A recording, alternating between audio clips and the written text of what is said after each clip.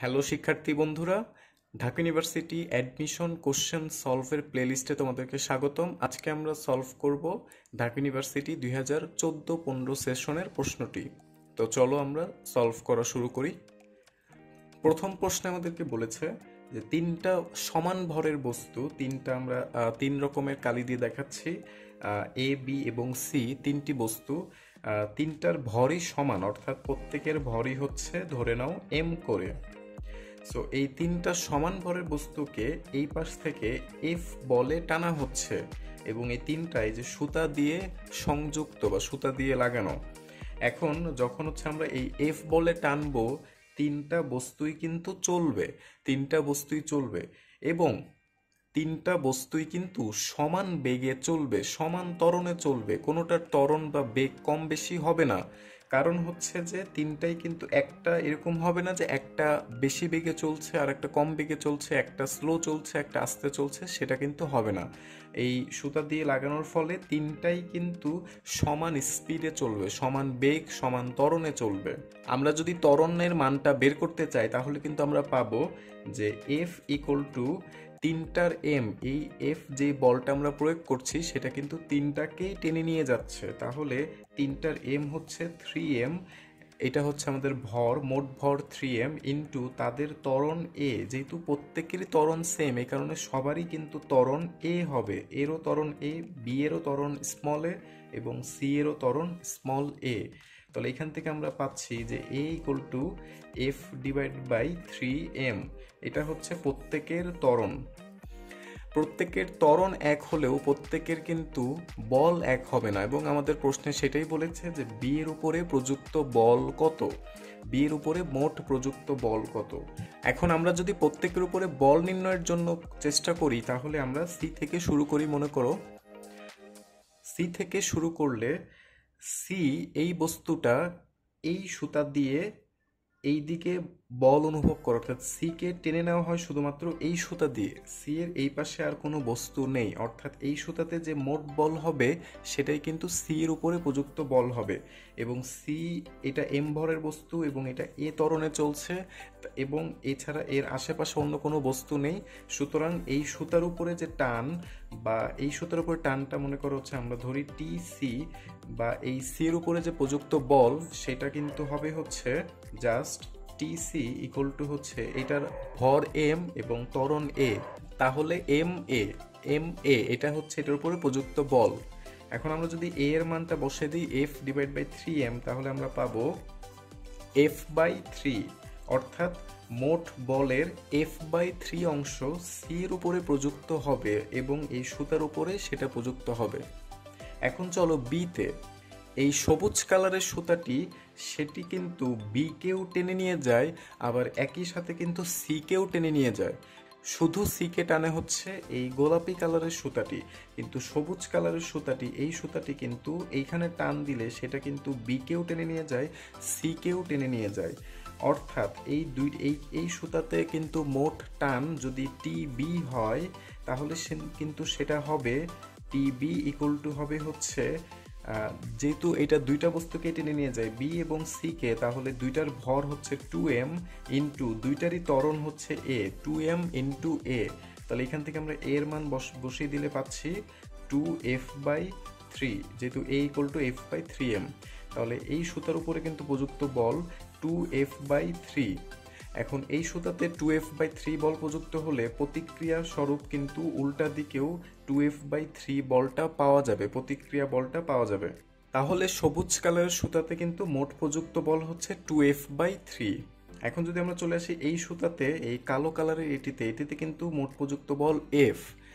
প্রত্যেকটা বস্তুর উপরে প্রযুক্ত বল হচ্ছে কিন্তু এফ বাই 3 করে, কারণ সবার ত্বরণ এ, ভর এম, মানে প্রত্যেকটা বস্তু এই মোট এফ বলের মধ্যে থেকে এফ বাই 3 বল প্রত্যেকে নিজের জন্য ব্যবহার করে। এফ বাই 3 প্রত্যেকে কিন্তু এফ বাই 3 করে বল ব্যবহার করে, কিন্তু এক একটা সুতাতে বলের মান এক এক রকম। এখানে এফ, এখানে 2f বাই 3, এখানে এফ বাই 3। সো সংক্ষেপে এই ছিল হচ্ছে আমাদের 1 নম্বর প্রশ্নটি। এই প্রশ্ন এইরকম ধরনের যে একাধিক সুতা দিয়ে সংযুক্ত বস্তু, তাতে বলের বিভাজন এবং কপি কলের যে অঙ্কগুলো রয়েছে সেগুলো দিয়ে আমরা আরেকটা ভিডিও বানিয়েছি, তোমরা সেই ভিডিওটা চাইলে দেখে আসতে পারো। এটা আরও ডিটেলসে, আরও এটার এক্সপ্লেনেশন দেখতে তোমরা ডিসক্রিপশন বক্সে দেওয়া ভিডিও থেকে ক্লিক করো এবং দেখে নাও এইটার যাবতীয় খুঁটিনাটি সব বিষয়গুলো এবং এরকম আরও অন্য অন্য অঙ্কগুলো। সাথে একটা কিন্তু শর্টকাট পদ্ধতি রয়েছে কপি কলের বড় বড় অঙ্ক করার, একটা খুবই সুন্দর একটা শর্টকাট পদ্ধতি রয়েছে যেটা দিয়ে তোমরা যে কোনো কপি কলের অঙ্ক করে ফেলতে পারবে। 2 নম্বর প্রশ্নে আমাদেরকে বলেছে যে একটি তারের রোধ হচ্ছে আর এবং সেই তারটার আয়তন স্থির রেখে তাকে যদি দৈর্ঘ্য দ্বিগুণ করে ফেলি, অর্থাৎ তার পদার্থের পরিমাণ বা ম্যাটেরিয়ালগুলো সব ঠিকঠাক রেখে যদি তাকে দৈর্ঘ্য দ্বিগুণ করি তাহলে তার রোধ কত হবে। আমরা তোমাদেরকে আগেই বলেছিলাম 2015-16 সলভের সময় যে এই রোধ নিয়ে যে অঙ্কগুলা, তারকে টেনে লম্বা করা, তারকে সংকুচিত প্রসারিত করা, কেটে ফেলা, কেটে জোড়া লাগানো, এই ধরনের অঙ্কগুলো নিয়ে আমাদের একটি ভিডিও রয়েছে আলাদা করে ইন ডিটেলস সলভ করার জন্য। তার কেটে ত্রিভুজ বানানো, চতুর্ভুজ বানানো, বিভিন্ন কিছু বানানো, সমান্তরাল সিরিজ, বিভিন্নভাবে সংযোগ দেওয়া, বিভিন্নভাবে কাটা, এইগুলো নিয়ে আমাদের রয়েছে একটা ভিডিও। তোমরা সেই ভিডিওটা দেখলে এটার অ্যান্সার পেয়ে যাবে। এটার অ্যান্সার হচ্ছে 4R। প্রশ্ন 3 অনুযায়ী একটা চৌম্বক ক্ষেত্র রয়েছে, ধরে নেই হচ্ছে এরকম একটা চৌম্বক ক্ষেত্র যেটা হচ্ছে বি চৌম্বক ক্ষেত্র। তো এই চৌম্বক ক্ষেত্রে দুটা জিনিসকে লম্বভাবে ছুড়ে দেওয়া হয়েছে। একটা হচ্ছে প্রোটন, যেটাকে লম্বভাবে নিক্ষেপ করা হয়েছে এই দিকে এবং সেটা মনে করো হচ্ছে ভিপি বেগে, এবং একই সাথে আরেকটা আলফা কণা যেটা 2টা প্লাস। আলফা কণার সংকেত আমরা জানি হচ্ছে হিলিয়ামের নিউক্লিয়াস, হিলিয়াম 2+4 2, এটা হচ্ছে আলফা কণা।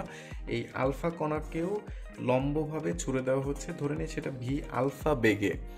তো আমাদের প্রশ্ন হচ্ছে যদি এই দুইটা কণায় সমান বল অনুভব করে তাহলে তাদের এই বেগের অনুপাত কত, অর্থাৎ এদের দুইজনেরই বলের মান সমান। প্রোটন যে বল অনুভব করবে এফপি, আলফা কণাও সেম বল অনুভব করে।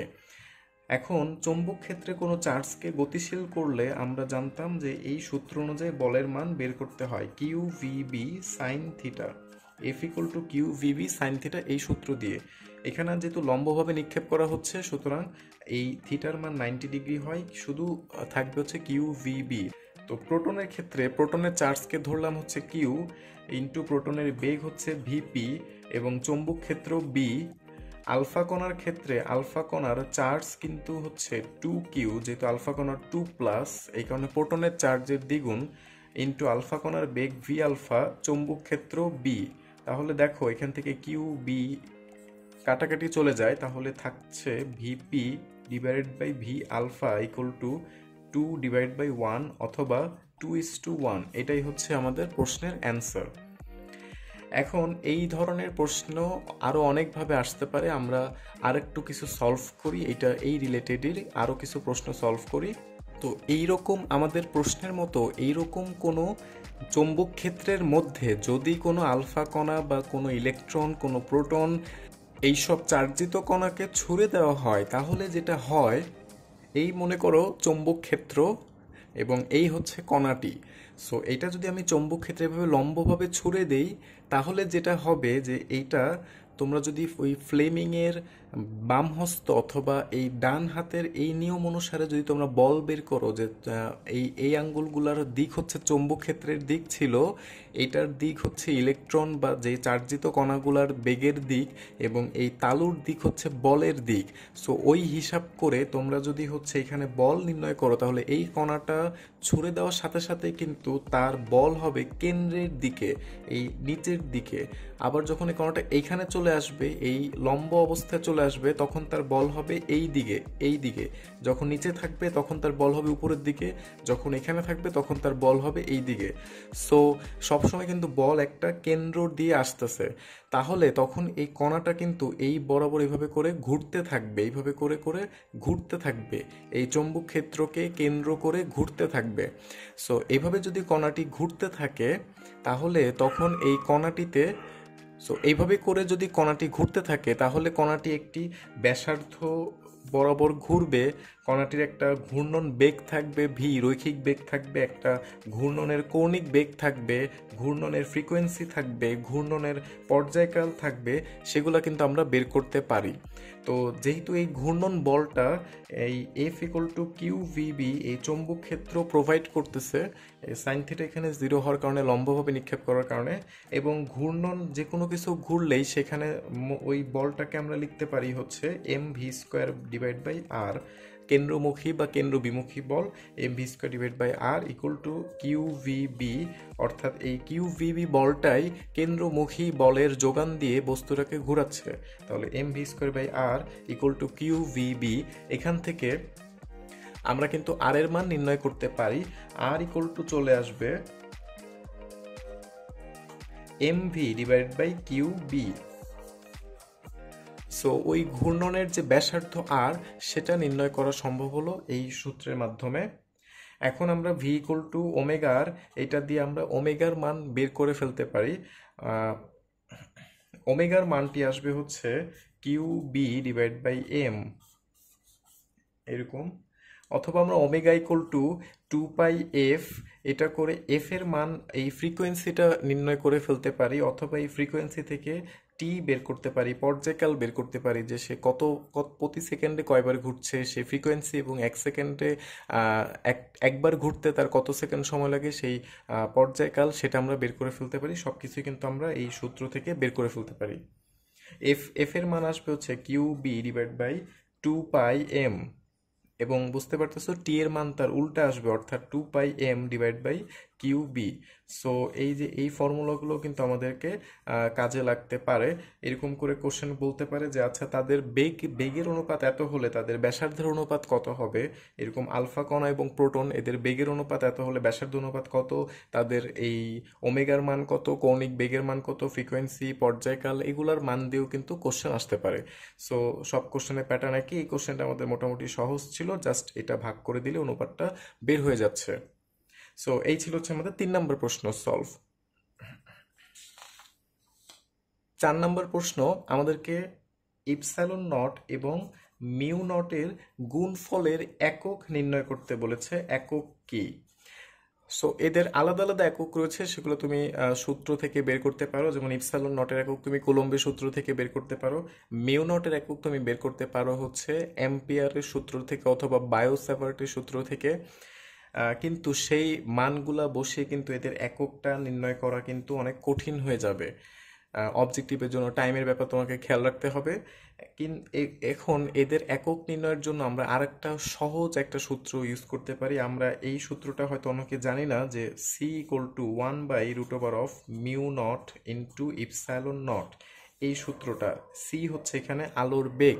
সো এখানে আলোর বেগ যার একক হচ্ছে মিটার পার সেকেন্ড, সেইটা থেকেই কিন্তু তুমি এই ইপসাইলন নট মিউ নটের একক বের করে ফেলতে পারবে মাত্র কয়েক সেকেন্ডেই।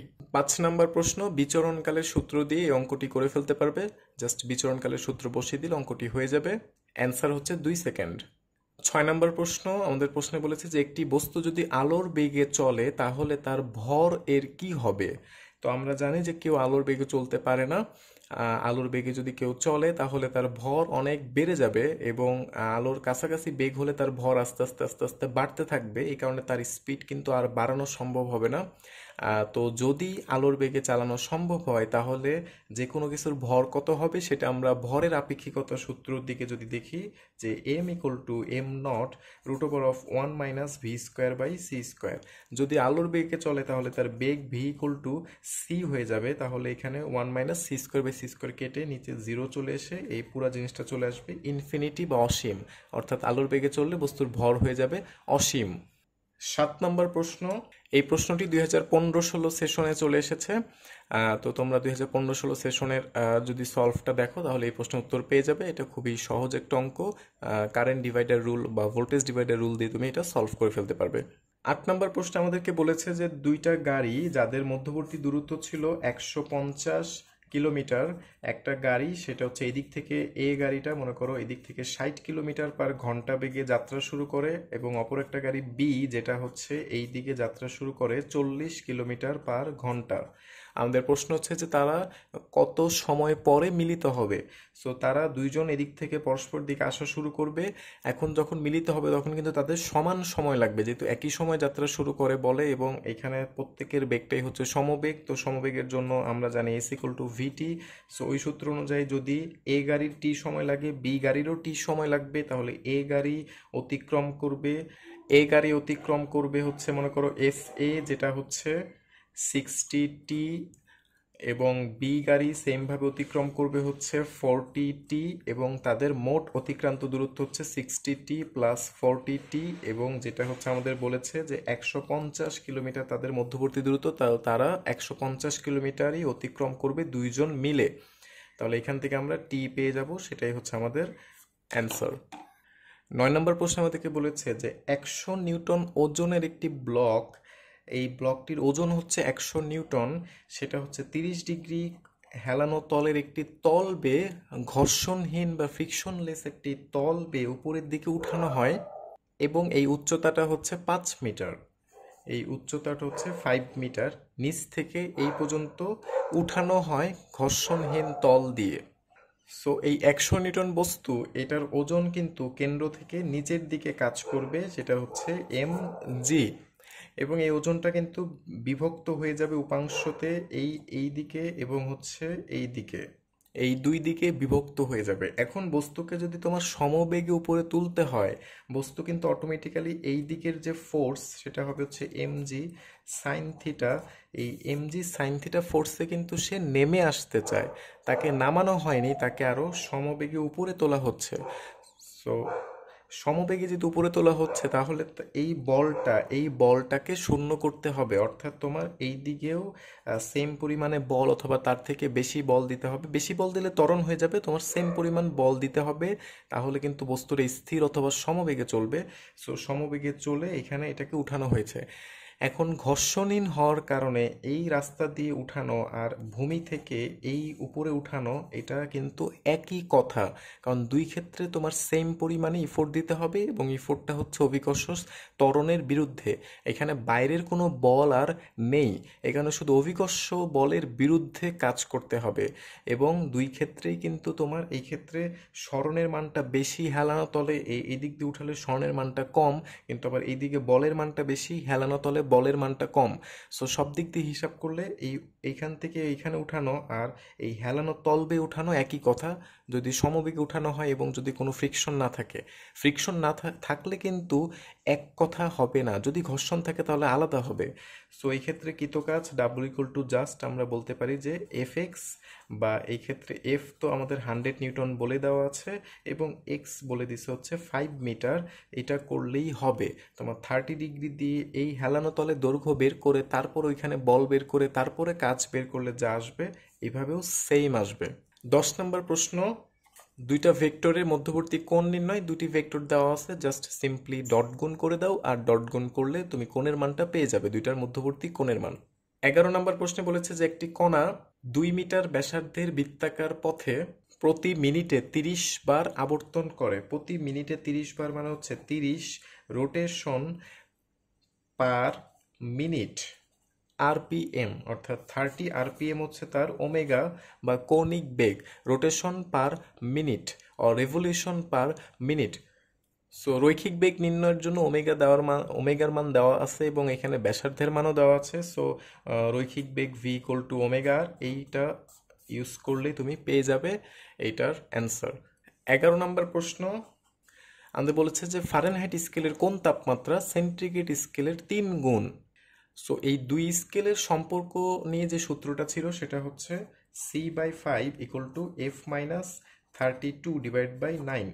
এখন আমাদের প্রশ্ন অনুযায়ী ফারেনহাইট স্কেলের কোন তাপমাত্রা সেন্টিগ্রেড স্কেলের কোন তাপমাত্রার দ্বিগুণ।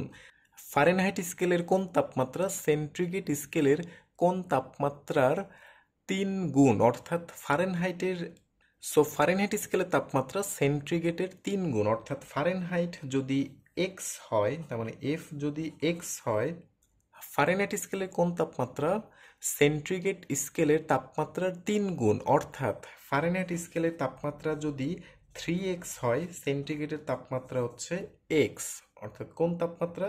সেন্টিগ্রেডের তাপমাত্রার 3 গুণ। সো এবার এফ এবং সি এর পরিবর্তে এই মানটা বসিয়ে দিলে তুমি এক্স এর মান যেটা বের হবে সেটি হচ্ছে এই প্রশ্নটার অ্যান্সার। পরের প্রশ্নটি হচ্ছে তেজস্ক্রিয়তার। এখানে আমাদের বলেছে যে 14 নম্বর প্রশ্নে যে একটি কোবাল্ট-60 এই পরমাণুটির তেজস্ক্রিয় পদার্থের অর্ধায়ু হচ্ছে 5 বছর, তার মানে টি হাফ, সেটা হচ্ছে 5 ইয়ার্স। কত বছর পর ওই তেজস্ক্রিয় পদার্থের তেজস্ক্রিয়তা কমে প্রাথমিক অবস্থার 1/32-তে হ্রাস পাবে? সো এখানে বাংলা ভাষাগত একটু খেয়াল করতে হবে যে কত বছর পর তেজস্ক্রিয় পদার্থের তেজস্ক্রিয়তা কমে প্রাথমিক অবস্থার 1/32-তে হ্রাস পাবে, অর্থাৎ বর্তমানে কিন্তু 1/32 অংশ অবশিষ্ট আছে। এক অংশ দিয়ে মনে করো এটার ক্ষয় শুরু হয়েছিল এবং 31/32 ক্ষয় হয়ে গিয়েছে, এখন বর্তমানে আছে হচ্ছে 1/32 অংশ অবশিষ্ট আছে। তো তেজস্ক্রিয়তার জন্য আমাদের যে সূত্রটি ছিল সেটি হচ্ছে n = n0 e⁻ অথবা n0 2⁻t/t²। এখন যদি এই ধরনের অঙ্ক হয় তাহলে সেটা কিন্তু এরকম বড় সূত্র দিয়ে করতে গেলে একটু সময় বেশি লাগবে। সো এরকম এই সহজ অঙ্কটি আমরা আরেকটা সূত্র দিয়ে করব, সেটা হচ্ছে t = n × t½ এই সূত্রটা ব্যবহার করে আমরা অঙ্কটা করতে পারি। যেখানে n এর পরিচয়টা ইম্পর্টেন্ট। n হচ্ছে যে অবশিষ্ট যে অংশ বর্তমানে যেটা আছে, বর্তমানে থাকা অংশ, যেটা বর্তমানে থাকা অংশ সেটাকে হচ্ছে আমাদের 1/2 নিয়ে যেতে হবে। যেমন বর্তমানে আছে হচ্ছে 1/32, সেটাকে যদি আমরা 1/2n এ নিয়ে যাই, n এটাতে নিয়ে যেতে হবে, বর্তমানে থাকা অংশকে 1/2n এ রূপান্তর করতে হবে। বর্তমানে আছে 1/32, যেটা যদি আমরা এইটাতে রূপান্তর করি তাহলে আসবে হচ্ছে 1/5। সো এই যে 5 হচ্ছে তাহলে n এর মান, 5 = হচ্ছে n। সো এই n এর মান এখানে বসিয়ে দিবে। এই টি হচ্ছে যে কোনো সময় আর এই টি হাফ হচ্ছে অর্ধায়ু। সো যদি অর্ধায়ু দেওয়া থাকে বর্তমানে কতটুকু অবশিষ্ট আছে অথবা কতটুকু ক্ষয় হয়েছে বললে তুমি 1 থেকে বিয়োগ দিলে অবশিষ্ট অংশটা পেয়ে যাবা। সো এইটা দিয়ে হচ্ছে তুমি যদি এখানে বসাও তাহলে তুমি টি এর মান পেয়ে যাবা সহজ এই প্রশ্নগুলোর ক্ষেত্রে সলভ করার জন্য। 15 নম্বর প্রশ্নটা ভাইয়া 2015-16 সেশনের প্রথম প্রশ্নই মতোই। সো ওই প্লেলিস্টের ওই ভিডিওটি দেখে নাও এই প্রশ্নটা সলভটা দেখার জন্য। সেম প্রশ্ন তো দেখতে পাচ্ছ ভাইয়া, এখান থেকে অলরেডি 15টা প্রশ্ন সলভ করতে গিয়ে 2টি প্রশ্ন হুবহু 2015-16 অর্থাৎ ঠিক পরবর্তী বছরেই চলে এসেছে। সো কোশ্চেন ব্যাংক সলভ করা আমাদের জন্য কতটা ইম্পর্টেন্ট, এবং অবশ্যই এই ধরনের প্রশ্ন কমন পড়া আমাদের জন্য ভালো না।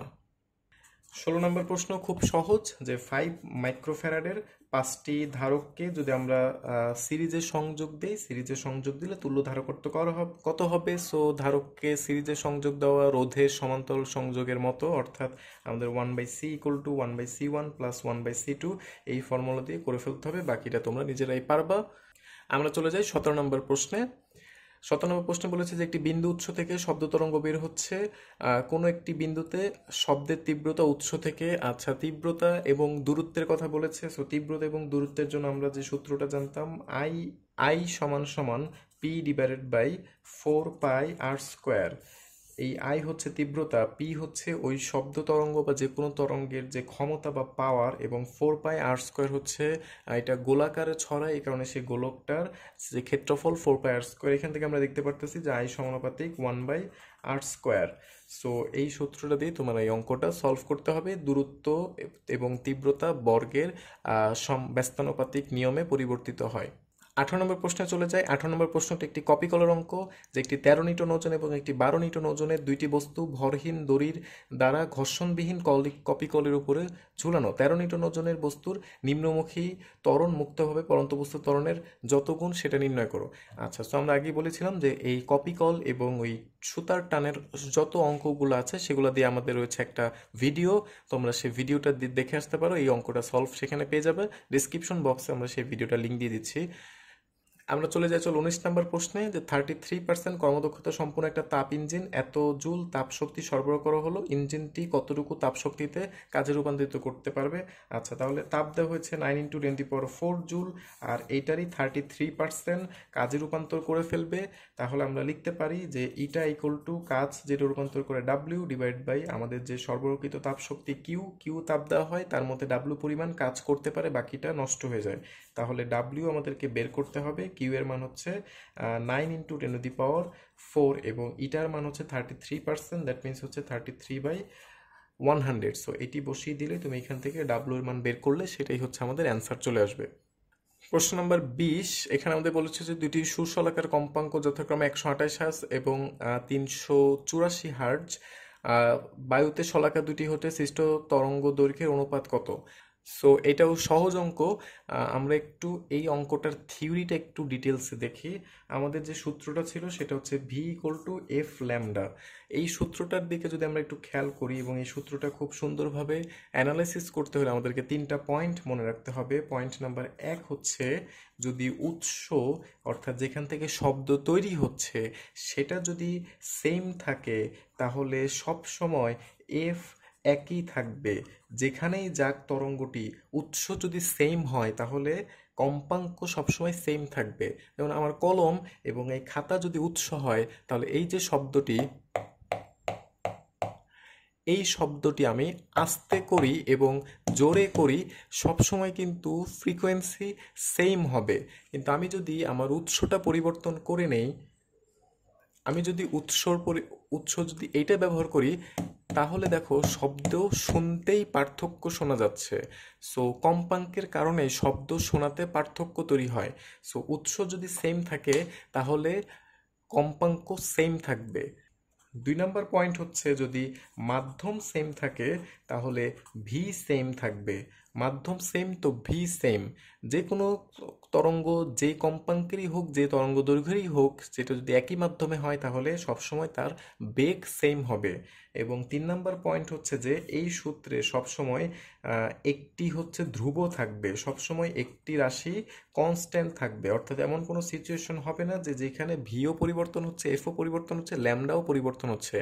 এরকম দুইটা তরঙ্গের জন্য এরকম সিচুয়েশন হবে না এই সূত্রটার জন্য। স্বাভাবিক অঙ্কগুলোতে, নর্মাল অঙ্কগুলোতে এইটা হবে না যে একটা রাশি সবসময় কনস্ট্যান্ট থাকবে। সো এখানে আমাদের যেহেতু মাধ্যম একই, সো এখানে আমাদের কনস্ট্যান্ট হচ্ছে বেগ, আর বেগ কনস্ট্যান্ট হলে আমাদের দুইটা তরঙ্গের জন্য আমরা লিখতে পারি f1 λ1 = f2 λ2।